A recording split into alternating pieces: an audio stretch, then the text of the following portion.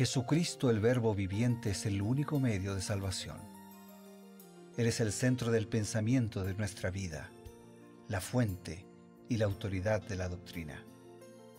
El principal propósito de la vida de Cristo fue la obediencia a los mandamientos, exaltando la ley de Dios como un reflejo de su carácter. El principal mensaje a ser predicado en el mundo, basado en Apocalipsis 14, está representado por 3 ángeles llevando el Evangelio eterno al mundo entero. Este mensaje se basa en los encantos inigualables de Cristo y declara que la hora del juicio ha llegado y llama a obedecer los mandamientos de Dios. Mediante su palabra, Dios ha comunicado a los hombres el conocimiento necesario para la salvación. Las Santas Escrituras deben ser aceptadas como dotadas de autoridad absoluta y como revelación infalible de su voluntad. Y aunque el canon de las Escrituras inspiradas está cerrado, el Espíritu Santo continúa iluminando, amonestando y confortando al pueblo de Dios a través del testimonio de Jesús, el Espíritu de profecía. El camino a la vida se traza a través de un camino angosto que debe ser recorrido con confianza a las promesas que Dios dejó a hombres y mujeres fieles que dedicaron sus vidas hasta la muerte por el Evangelio eterno. Los fundadores de la Iglesia soñaron con el día en que la revelación sería una realidad en sus vidas. Miraron con los ojos de la fe a aquel día glorioso cuando finalmente la promesa sería cumplida en la venida magistral de Jesucristo a esta tierra para recompensar a cada uno según sea su obra.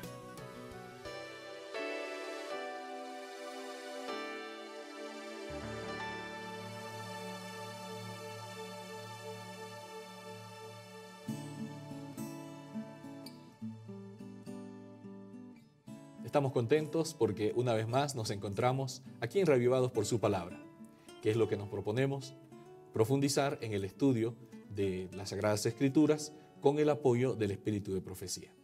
Para esto contamos también con la ayuda y la coordinación del pastor Bruno Razo. Bienvenido.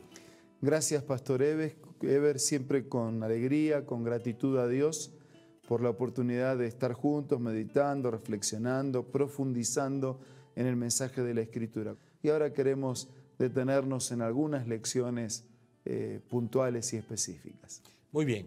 En este capítulo, Moisés está recordándoles al pueblo de Israel la importancia de la ley. Es como que él no se cansa de exhortarlos y exhortarlos sobre la obediencia, ¿no? Él está diciendo, ustedes tienen que obedecer, y parece que esa palabra puede ser incómoda para muchos, pero Moisés allí está. ¿Por qué Moisés insiste tanto en exhortar a Israel sobre este tema de la obediencia? Voy a responder con una declaración de Elena de White que está registrada en el libro Patriarcas y Profetas, y leo la declaración. Moisés, que entendía perfectamente el carácter y el valor de la ley de Dios, le aseguró al pueblo que ninguna otra nación tenía leyes tan santas, justas y misericordiosas como las que se habían dado a los hebreos.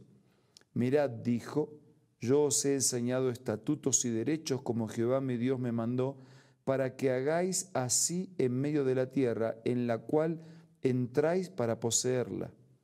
Guardadlos pues y ponedlos por obra, porque esta es vuestra sabiduría y vuestra inteligencia en ojos de los pueblos, los cuales oirán todos estos estatutos y dirán, ciertamente, pueblo sabio y entendido, gente grande es esta.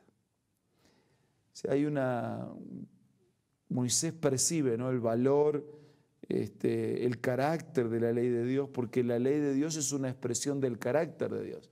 Entonces, si el carácter de Dios es justo y es amor, la ley de Dios expresa la santidad y el amor de Dios para con nosotros. Y entonces la responsabilidad y la insistencia, la firmeza, ¿no?, la convicción de Moisés en insistir, en exhortar, en animar, para que se pueda respetar la palabra, la ley de Dios y vivir en armonía, en obediencia con los mandatos del Señor. Ahora, lo interesante es que él menciona 3 características al decirle, ustedes tienen que obedecer esta ley, y él menciona, dice, ¿dónde van a conseguir? Ninguna otra nación tiene leyes tan santas, justas y misericordiosas. Y aquí yo me detengo, hay gente que le gusta la justicia, ¿no? Pero la justicia de una manera muy objetiva, hasta diríamos casi fría, y se olvida de la otra parte, la misericordia, ¿no? No, esto tiene que ser justo y punto. Pero Dios había sido tan bueno que había pensado en el lado misericordioso porque les había dado, además de los 10 mandamientos, regulaciones que contemplaban, por ejemplo, a los más indefensos, ¿no? de la sociedad, los pobres, las viudas, los huérfanos. O sea que el lado misericordioso de Dios está ahí. Y Moisés le dice eso, ¿no? Les está mostrando. Dios, la teología de la Biblia equilibra permanentemente y perfectamente la justicia y la misericordia de Dios.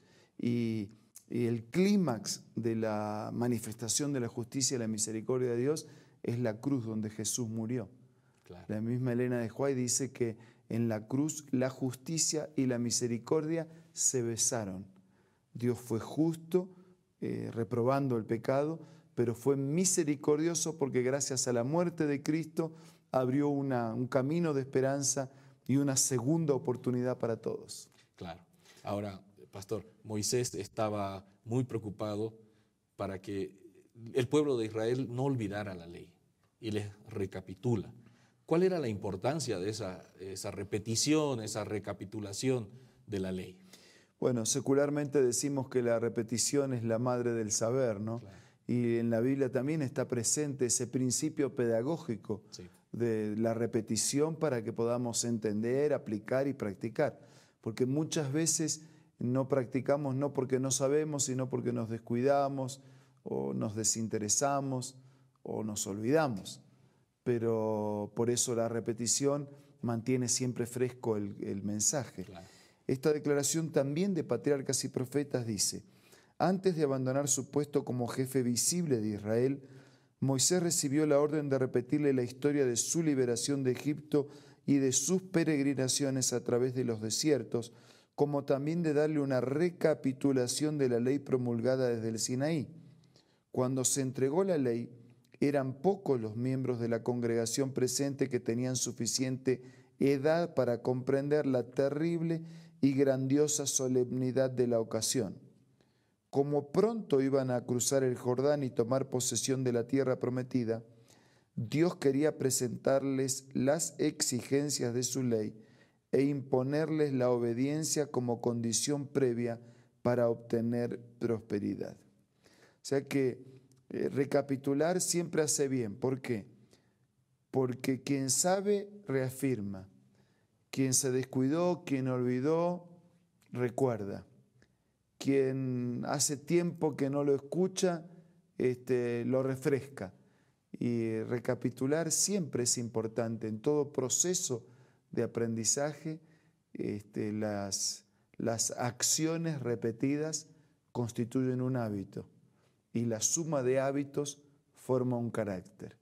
Entonces la recapitulación, la repetición del mensaje de Dios, vamos asimilando, vamos internalizándolo. Entonces ya no es una frase, ya no es un concepto, ya termina siendo un hábito arraigado. Claro. Y la suma de esos hábitos arraigados que se originaron en la palabra y en el mensaje de Dios, terminan formando nuestro carácter, nuestra vida misma.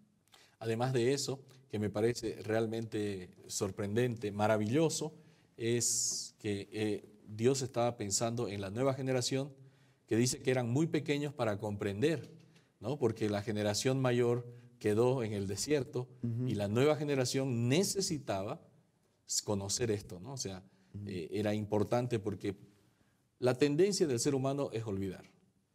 Y una cosa interesante, tenemos la tendencia a olvidar más las bendiciones, pero recordar más los problemas, ¿no? Y por eso es que mucha gente se enferma, tiene problemas de tensión nerviosa, porque en vez de recordar las bendiciones, recordamos las cosas equivocadas. Sí, y en su amor y misericordia, Dios hace al revés. Dice que Él perdona nuestros pecados y no se acuerda más, los tira en lo profundo de la mar, y que sin embargo siempre se recuerda de nosotros. Entonces, acá hay un asunto entre olvidar y recordar, ¿no? Olvidemos lo que tengamos que olvidar, pero por favor, recordemos lo que tenemos que recordar. Sin duda. Entonces, él quería asegurarse que la ley para la nueva generación continuaba teniendo importancia, prioridad en la vida religiosa, en la vida civil, y dice al final de la cita, ¿no?, como condición previa para obtener la prosperidad, la obediencia a los requerimientos de la ley. Es que, a ver, cuando nosotros aceptamos el plan de Dios y lo incorporamos a nuestra vida, cosechamos lo que sembramos. Esa es la bendición de ponernos en sintonía con Dios y recibir todas sus bendiciones. Bendiciones que pueden ser físicas, en salud, que pueden ser materiales en recursos, que pueden ser espirituales, en paz interior, en perdón, en fortaleza. Dios tiene muchas bendiciones para derramar en la vida de sus hijos. También ocurre que podemos ser fieles a Dios y sin embargo enfrentar problemas. O sea que no es que los que confían en Dios nunca tienen problemas, pero Dios está a nuestro lado en medio de los problemas. Claro, y la ley de Dios es un referente para nuestra vida. Es un faro como para el barco, como para el marino, como para todos. Qué bueno. Tenemos un mensaje muy importante, enseguida volvemos.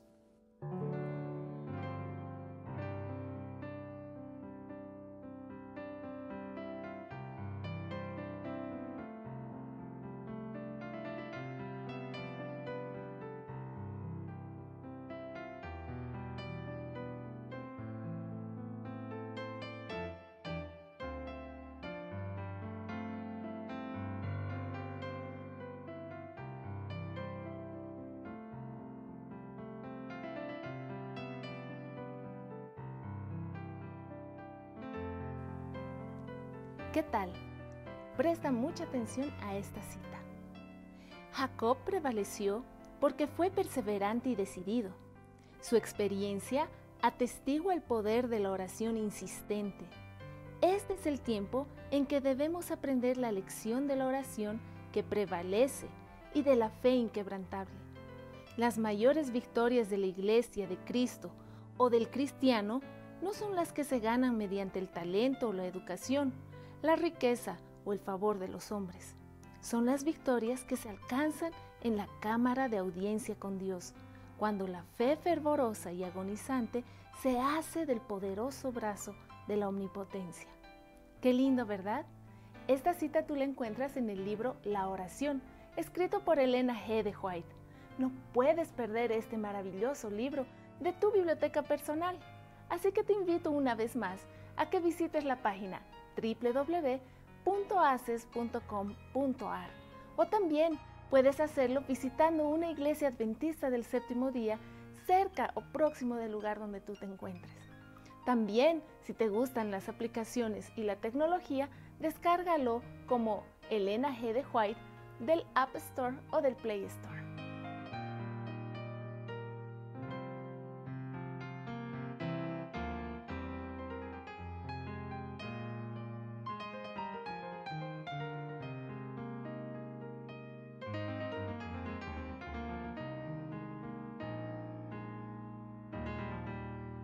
Recordar los mandamientos de Dios es algo importante.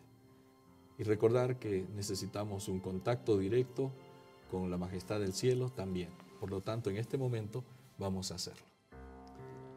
Señor y Padre que estás en los cielos, te damos gracias por tu palabra y por los mandamientos que nos diste, reflejos de tu carácter, de tu amor y de tu justicia. Por favor, bendícenos para que nuestra vida también refleje en la obediencia, en el respeto, en la fidelidad, en la comunión contigo, reflejen ese mismo amor y esa misma justicia. Lo pedimos, lo agradecemos, en el nombre de Jesús. Amén. Amén. Esto ha sido Creed en sus profetas, como parte del proyecto Reavivados por su palabra. Nos encontramos mañana.